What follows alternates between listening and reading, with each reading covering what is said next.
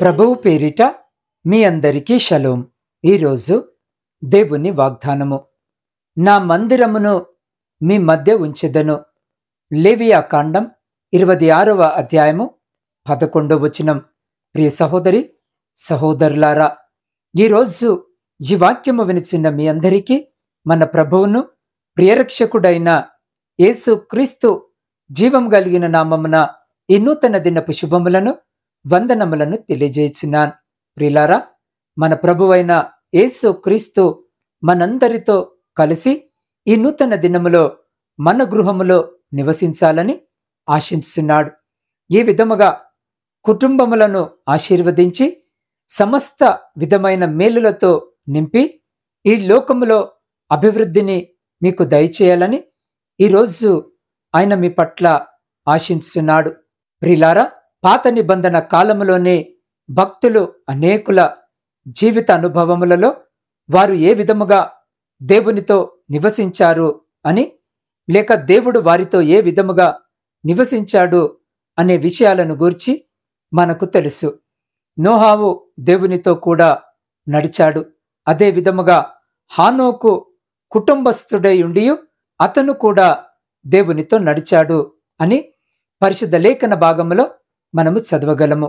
అదే విధముగా భక్తుడైన అబ్రహాము కూడా దేవుణ్ణి అతని స్నేహితునిగా ఎంచుకొని ఎల్లప్పుడూ ఆయనతో నడుచుటకు ఆశపడి ఆ విధముగా చేశాడు.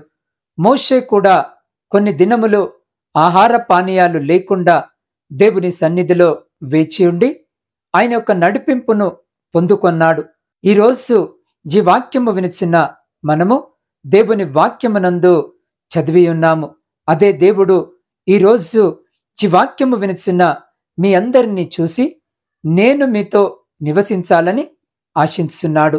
నా మందిరము మీ మధ్య ఉంచాలని అనుకొనుచున్నాను అని దేవుడు సెలవిస్తున్నాడు.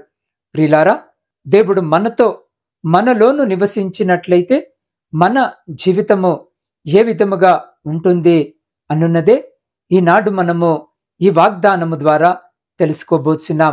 దేవుడు ఏదైనా చెప్పినట్లయితే ఆయన దానిని నిశ్చయముగా నెరవేర్చే దేవుడు.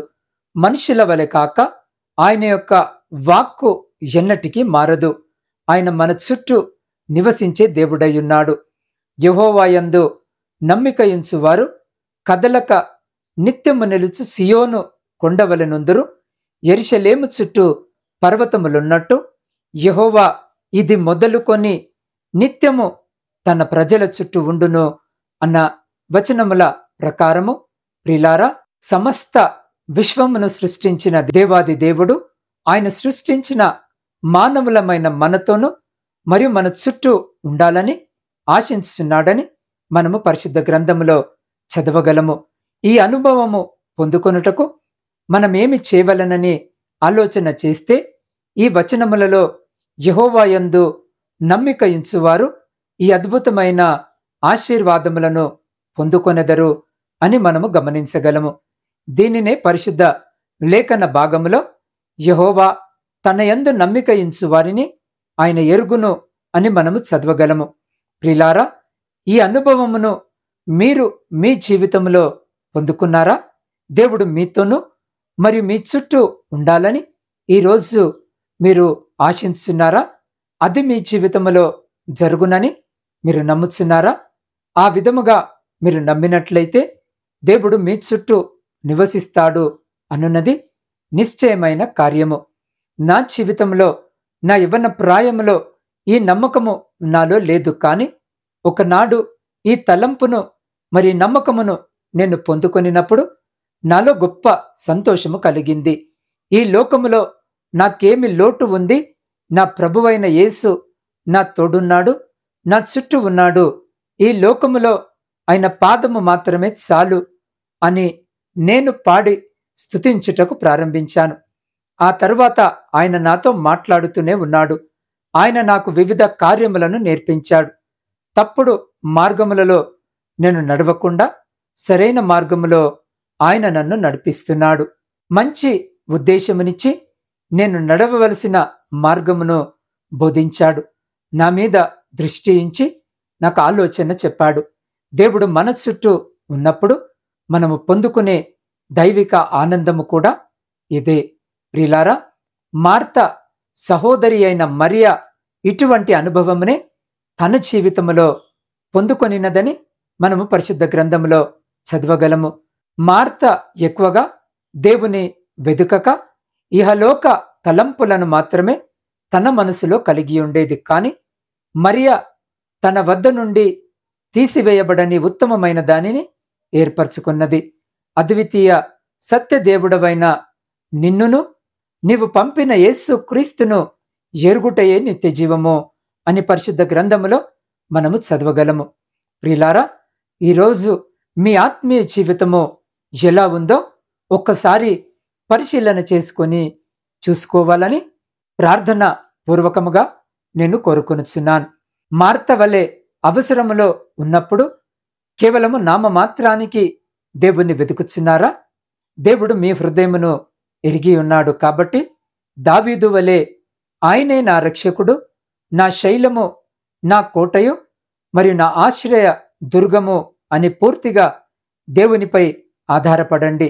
సాధారణముగా గొర్రెలను మేపుకొనుచున్న అతనిని బలమైన రాజుగా మార్చినది ఇందుకే కదా. ఈరోజు మీ జీవితంలో కూడా లోపములు, అనవసరములు ఉన్నప్పటికీ దేవుని ఆశ్రయించి ఆయన నిల్లప్పుడూ మీ మధ్య నివసించినట్లు మరియ వలె దేవుని గట్టిగా హత్తుకొని మీ జీవితమును ఆయన కొరకు సమర్పించుకున్నట్లయితే ఆయన మీలో నివసిస్తాడు. ఆయన మిమ్మను ఘనపరిచి మహిమపరుస్తాడు. ప్రియులారా, ఒక సహోదరి తన యవ్వన వయసులోనే తన భర్తను కోల్పోయింది. తన పిల్లలను పెట్టుకొని తనేమి చేయగలను, నేను నా జీవితాన్ని ఎలా గడపగలను అని చాలా వేదన అనుభవించినది. ఆమె ఒక దినము సమీపంలోని ప్రార్థనా మందిరానికి వెళ్ళి కన్నీటితో ఆ ప్రార్థన కూటములో తను పాల్గొని దేవుని సందేశమును విన్నది. ఆనాడు ఆ దైవజనుడు మాటలాడిన ప్రతి మాట ఆమెలో నిరీక్షణను కలుగజేసినది.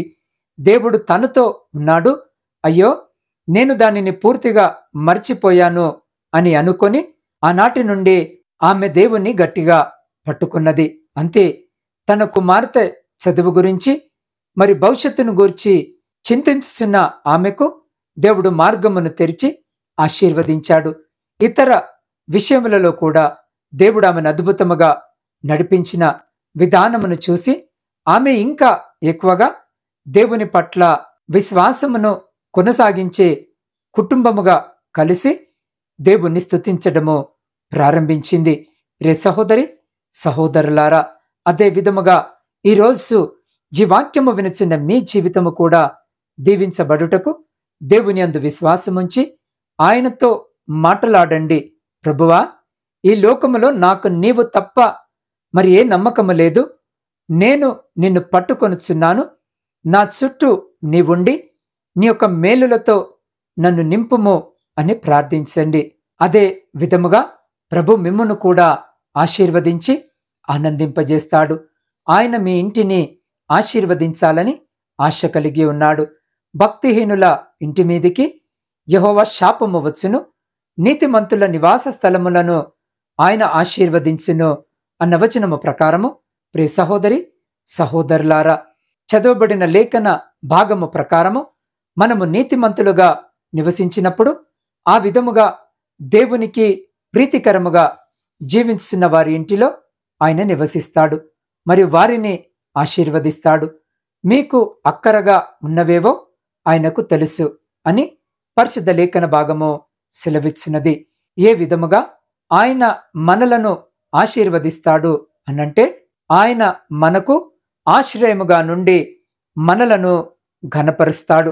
పరిశుద్ధ లేఖన భాగములో మనము గమనించినట్లయితే ఆయనే నాకు ఆశ్రయము అని ఆయనను హత్తుకొని ఉన్నప్పుడు ఆయన మనలను ఘనపరుస్తాడు. మనం ఆయనకు మొరపెట్టినప్పుడు వెంటనే ఆయన ఉత్తరమిచ్చే దేవుడు. ఆపత్కాలములో, శ్రమలో, ఒంటరితనములో ఆయన మనలను ఘనపరిచి మహిమపరుస్తాడు.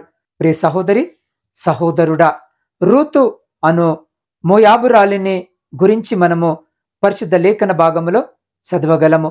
ఆమె తన అత్తతో కలిసి ఇశ్రాయేలు దేవుణ్ణి తన సొంత దేవునిగా అంగీకరించినప్పుడు సమస్తమును కోల్పోయిన స్థితిలో ఉన్న ఆమెను దేవుడు ఏ విధముగా హెచ్చించాడో అని మనము పరిశుద్ధ లేఖన భాగములో చదవగలము. ఆమె బంధువైన బోయాజు అనువాడు ఇశ్రాయేలీల దేవుడైన యెహోవా రెక్కల క్రింద సురక్షితముగా నుండునట్లు నీవు వచ్చితివి, ఆయన నీకు సంపూర్ణమైన బహుమానమిచ్చెను అని పరిశుద్ధ లేఖన భాగములో చెప్పబడి ఉన్నట్లుగా మనము గమనించగలము. ఇదే విధముగా పేదరికములో కష్టపడుచున్న ఆమె దేవుని కృప వలన ఏ విధముగా హెచ్చించబడినది అని పరిశుద్ధ లేఖన భాగములో మనము చదవగలము. ప్రియ సహోదరి సహోదరుడా, ఈరోజు ఈ వాక్యము వినుచున్న మీరు కూడా శోధనల మార్గములో కష్టములను ఎదుర్కొనుచున్నారా? రూతు చేసినట్లుగానే ఈరోజు ఈ వాక్యము వినుచున్న మీరు కూడా ఇశ్రాయేలీల దేవుడైన యెహోవా రెక్కల క్రిందికి వచ్చి మిమ్మును మీరు ఆయనకు సమర్పించుకొనండి. అప్పుడు మీరు దేవుని ఆశీర్వాదములు పొందుకొని హెచ్చింపబడతారు. ప్రియులారా, భయము మరియు బాధల నుండి ఆయన రక్షించే దేవుడై ఉన్నాడు. దావీదు, యోసేపు, దానియేలు వంటి దేవుని భక్తులు భయంకరమైన పరిస్థితులను మరి బాధలను ఎదుర్కొనవలసి వచ్చింది. దానికి ఒకే కారణము, వారు ముగ్గురు దేవాది దేవుణ్ణి వారి యొక్క ఆశ్రయముగాను మరియు కోటగా కలిగి ఉన్నారు. ఎవరిని మృంగుదునా అని వెతుకుచు తిరుగుచున్న అపవాది ఈరోజు మిమ్మును కూడా వివిధ భయాలు మరి బాధల మార్గములో నడిపించుచుండవచ్చును. కానీ వారి జీవితములను గూర్చి పరిశుద్ధ గ్రంథములో చదివి చూడండి. వారు ముగ్గురు శక్తివంతమైన ప్రార్థనా వీరులుగానున్నారు. దాని వలన వారు ముగ్గురిని దేవుని హస్తము అద్భుత రీతిగా విడిపించి వారు ధైర్యముగా దేవుని కొరకు సాక్షులుగా మారారు. అదే విధముగా మీ చుట్టూ ఉన్న వివిధ భయాలు బాధలన్నిటి నుండి దేవుడు అద్భుత రీతిగా ఈరోజు ఈ వాక్యము వినిచిన మిమ్మల్ని విడిపించి రక్షించగల శక్తిమంతుడై మీతో కూడా ఉండుటకు ఆశపడుచున్నాడు. కాబట్టి ఈరోజు ఈ వాక్యము వినిచిన మీరు కూడా ఆయనను వెతుకుటయందు జాగ్రత్త కలిగి ఉండండి. వ్యర్థమైన మాటల ద్వారా సమయమును వ్యర్థమును చేయక ఎంత సమయము దేవుని వెతుకుటకు వీలగునో అంత సమయము ఆయనను పట్టుకొని ఉండండి. ప్రియ సహోదరి సహోదరుడా, ఒక యవనస్తురాలు తన భక్తిపరురాలైన తల్లిని కోల్పోయింది. ఆమె ఒక దైవజనుని వద్దకు వచ్చి, నాకు సమస్తము నా తల్లే, ఇప్పుడు నేనేమి చేయాలి అని దుఃఖముతో ఏడ్చింది. ఆ దైవజనుడు తనను ఓదార్చి, నీ తల్లి వలె నీవు కూడా నీ జీవితమును కట్టుకో. ఆమె ఏ విధముగా దేవుణ్ణి వెంబడించి ఆయనను గట్టిగా పట్టుకొనినదో అదే విధముగా నీవు కూడా వెంబడించు. అప్పుడు ప్రభు నిన్ను కూడా సమస్త భయము నుండి మరి బాధల నుండి విడిపించి నిన్ను ఆశీర్వదిస్తాడు అని చెప్పాడు. ఆ విధముగా చెప్పి తన కొరకు ప్రార్థించి పంపించి వేశాడు. ఆ తర్వాత ఆ సహోదరి ఆ దైవజనుని తిరిగి కలిసినప్పుడు దేవుడు ఆమె జీవితంలో చేసిన గొప్ప కార్యములన్నిటినీ వివరించింది. దేవుడు తనతో ఉన్నాడు, తనకు ఆయన మాత్రమే చాలు, తన జీవితంలోని ఆశీర్వాదములన్నిటికీ ఆయనే ఆధారమని ఇప్పుడు తను తెలుసుకున్నదని చెప్పింది. ఈరోజు ఈ వాక్యము వినిచిన ప్రియ యవనస్తులారా, దేవుని రెక్కల క్రిందకు వచ్చి ఆయన ఆశ్రయమును పొందండి. అప్పుడు మీ జీవితము కూడా దైవిక ఆశీర్వాదములతో నింపబడుతుంది. ప్రియ సహోదరి సహోదరుడా, మహిమాన్వితమైన మందిరముగా ఆయన నిన్ను మార్చాలని ఆశ కలిగి ఉన్నాడు. అప్పుడు మేఘము ప్రత్యక్షపు గుడారమును కమ్మగా యెహోవా తేజస్సు మందిరమును నింపెను అన్న వచనము ప్రకారము ఈరోజు మన జీవితమును కూడా దేవుడు మహిమతో నింపాలని ఆశ కలిగి ఉన్నాడు. పరిశుద్ధ గ్రంథములో కొర్నేలి అనొక మనిషిని జీవితమును గూర్చి చదివి చూడండి. అతను ఇశ్రాయేలీయుడు కాడు, కానీ అతని జీవితంలో ప్రార్థన చేయాలనే వాంఛ, దేవుని అధికముగా వెతకాలనే ఆశతో నింపబడి ఉన్నాడు. దాని ద్వారా అతను మాత్రమే కాదు, అతని కుటుంబం అంతయు దేవుని మహిమతో నింపబడిన దైవిక జీవితమును పొందుకున్నారని మనము చదవగలము. అదే విధముగా వివాహమై కొంతకాలానికే భర్తను కోల్పోయి ఒంటరిగా మిగిలిపోయిన ఒక స్త్రీ ఇకపై నేనేమి చేయాలి, నేనెవరిని వివాహము చేసుకుని నా జీవితమును కొనసాగించగలను అని ఆలోచించలేదు. ఆమె ఏమి చేసిందో మీకు తెలుసా? ఆమె దేవుని సన్నిధికి పరిగెత్తింది. ఆమె దేవుని మందిరమునకు వెళ్ళి రాత్రి పగలు పూర్ణ హృదయముతో దేవుని వెదుకుటకు ప్రారంభించింది. దేవుడు ఆమె యందు ఆనందించాడు. ఆయన యొక్క మహిమతో ఆమెను నింపాడు. అవును ప్రియ సహోదరి, సహోదరుడా, ప్రభు ఆమెను ప్రవచన వరముతో నడిపించాడు. ప్రియ సహోదరి, సహోదరుడా, ఈ విధముగా మనము కూడా ఇహలోక ఇచ్ఛలను వెతుకుచు వాటికి మన జీవితములో అధిక ప్రాధాన్యతనిచ్చి మన జీవితమును నాశనము చేసుకొనుచున్నాం. బదులుగా నేను దేవునితో కలిసి జీవిస్తాను, ఆయన మహిమ నన్ను నింపునుగాక, నేను ఆయన కొరకు లేచి ప్రకాశించవలను అని వాంఛ కలిగి ఈరోజు ఈ వాక్యము వినుచున్న నీవు ఉన్నట్లయితే దేవుడు నీ ఆశను చూసి మనలను ఆయన యొక్క పరిశుద్ధాత్మతో అభిషేకిస్తాడు. యేసు క్రీస్తు కూడా ఇదే అనుభవమును పొంది దేవుని మహిమతో నింపబడి ఈ లోకములో మహిమాన్వితముగా జీవించనని మనము పరిశుద్ధ లేఖన భాగములో చదవగలము. ప్రియ సహోదరి, సహోదరుడా, ఆయన యొక్క అడుగు జాడలలో మనము కూడా నడిచి ఆయన వలె మహిమాన్వితమైన అనుభవమును పొందుకొనినట్లయితే దేవుని కొరకు ప్రకాశించే జీవితమును దేవుడు మనకు నిశ్చయముగా అనుగ్రహిస్తాడు. పైనున్న వాటి మీదనే గాని భూ సంబంధమైన వాటి మీద మనసు పెట్టుకొనకుడి అన్న వచనము ప్రకారము ప్రియ సహోదరి, సహోదరుడా, ఈ గొప్ప భాగ్యము, దేవుని మహిమ ఎంత ఆశీర్వాదకరమైనది అని మనము అనుభవించినప్పుడే దానిని గ్రహించగలము. కాబట్టి ఈ అనుభవము కొరకే వెదుకక వ్యర్థముగా చిన్న చిన్న కార్యముల నిమిత్తము కన్నీరు కార్చుచు బాధపడుతూ మీ జీవితంలోని ఆశీర్వాదములను కోల్పోకండి. లోపములతో నింపబడి ఉన్న మన సాధారణమైన జీవితమును దేవుడు ఆయన యొక్క మహిమతో నింపి మనలో నివసిస్తాడు. మనలను నడిపించాలని ఆశ కలిగి ఉన్నాడు. ప్రియ సహోదరి, సహోదరుడా, ఈరోజు ఈ వాక్యము వినిచిన మీ మధ్య దేవుడు నివసించు మిమ్మల్ని ఆశీర్వదించి మహిమతో నింపబడిన ఆయన యొక్క మందిరముగా మీ జీవితము మార్చులాగున అట్టి కృప ధన్యత దేవుడు ఈరోజు ఈ వాక్యము వినిచిన మీకును మీ కుటుంబమునకును మరి మీ ప్రియులకు వారికి ఇప్పుడు ఎల్లప్పుడూ సదా ఎల్ల కాలము దయచేసి మిమ్మలందరినీ ఆయన తన కనికరము కలిగిన రెక్కల చాటున సంరక్షించి కాపాడునుగాక. ఆమేన్. ప్రార్థన. సకల ఆశీర్వాదాలకు ఆధారభూతుడమైన ప్రియ పరలోకమందున్న పరమతండ్రి, మీ మహిమ కలిగిన నామమునకు స్తుతులు, స్తోత్రాలు, వందనాలను చెల్లించుకొనుచున్నాం. దేవా, ఈ నూతన దినములో మరొక మారు మీరు మాతో మాట్లాడి మా హృదయాలను తృప్తిపరిచిన మీ గొప్ప ప్రేమను బట్టి మీకే కృతజ్ఞత వందనాలను చెల్లించుకొనుచున్నాం. తండ్రి, ఎందరో బిడ్డలు అనేకమైన ఇబ్బందుల్లో పడిపోయి ఎన్నో ఇక్కట్లను ఎదుర్కొంటూ చెప్పలేని బాధలు పడుతున్నారు. అయ్యా, వారిని రోజు జ్ఞాపకము చేసుకోండి, ఆదరించండి. తండ్రి, మేము మనుషులపై ఆధారపడినప్పుడు మా ఆశలు భంగమైపోతున్నాయి ప్రభువా. అయినను వారే అర్థము చేసుకోకుంటే, ప్రేమించిన వారే ద్వేషిస్తుంటే, బంధువులు స్నేహితులే స్వార్థపూరితముగా ఉంటుంటే, ఒంటరితనము మమ్మల్ని వేధిస్తున్న గడియలో మరణమే శరణమని తలంచిన క్షణములో మాకున్న ఒకే ఒక్క దిక్కు మీరే తండ్రి. అయ్యా, మీలా ప్రేమించేవారు మాకెవరు లేరు తండ్రి. మీరే మా ప్రాణము. యేసయ్యా, మాతో ఉండి మమ్మల్ని నడిపించండి.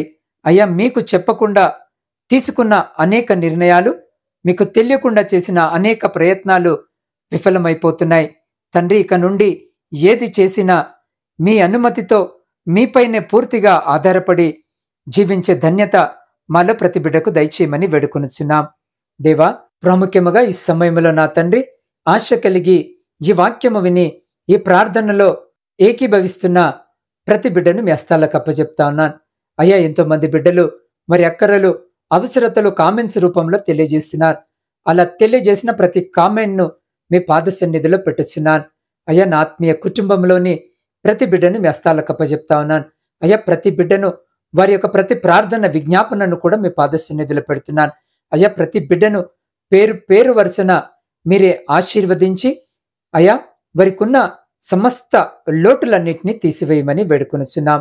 దేవా, ఈరోజు జన్మదిన వివాహ వార్షికోత్సవాలు జరుపుకొంచున్న ప్రతి బిడ్డ కొరకు ప్రత్యేకంగా ప్రార్థిస్తున్నాం.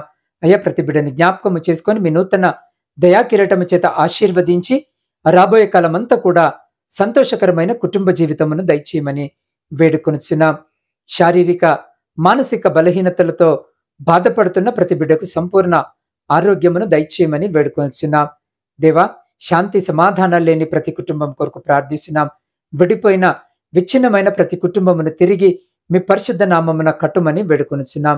అయ్యా, ప్రపంచంలో శాంతిని కలిగించమని వేడుకొనుచున్నాం. ప్రాముఖ్యంగా నా తండ్రి, చైనా దేశంలో ప్రబలుతున్న వైరస్ గురించి ప్రార్థిస్తున్నాం. అయ్యా, ఆ భయంకరమైన వైరస్ ని మీ పరిశుద్ధ నామమును లయపరిచి అక్కడున్న ప్రతి బిడ్డను మీరే కాపాడి మంచి ఆరోగ్యాన్ని దయచేయమని వేడుకొనుచున్నాం. దేవా, ఈ సమయంలో ఈ ప్రార్థనలో ఏకీభవిస్తున్న ప్రతి బిడ్డ కొరకు ప్రార్థిస్తున్నాం.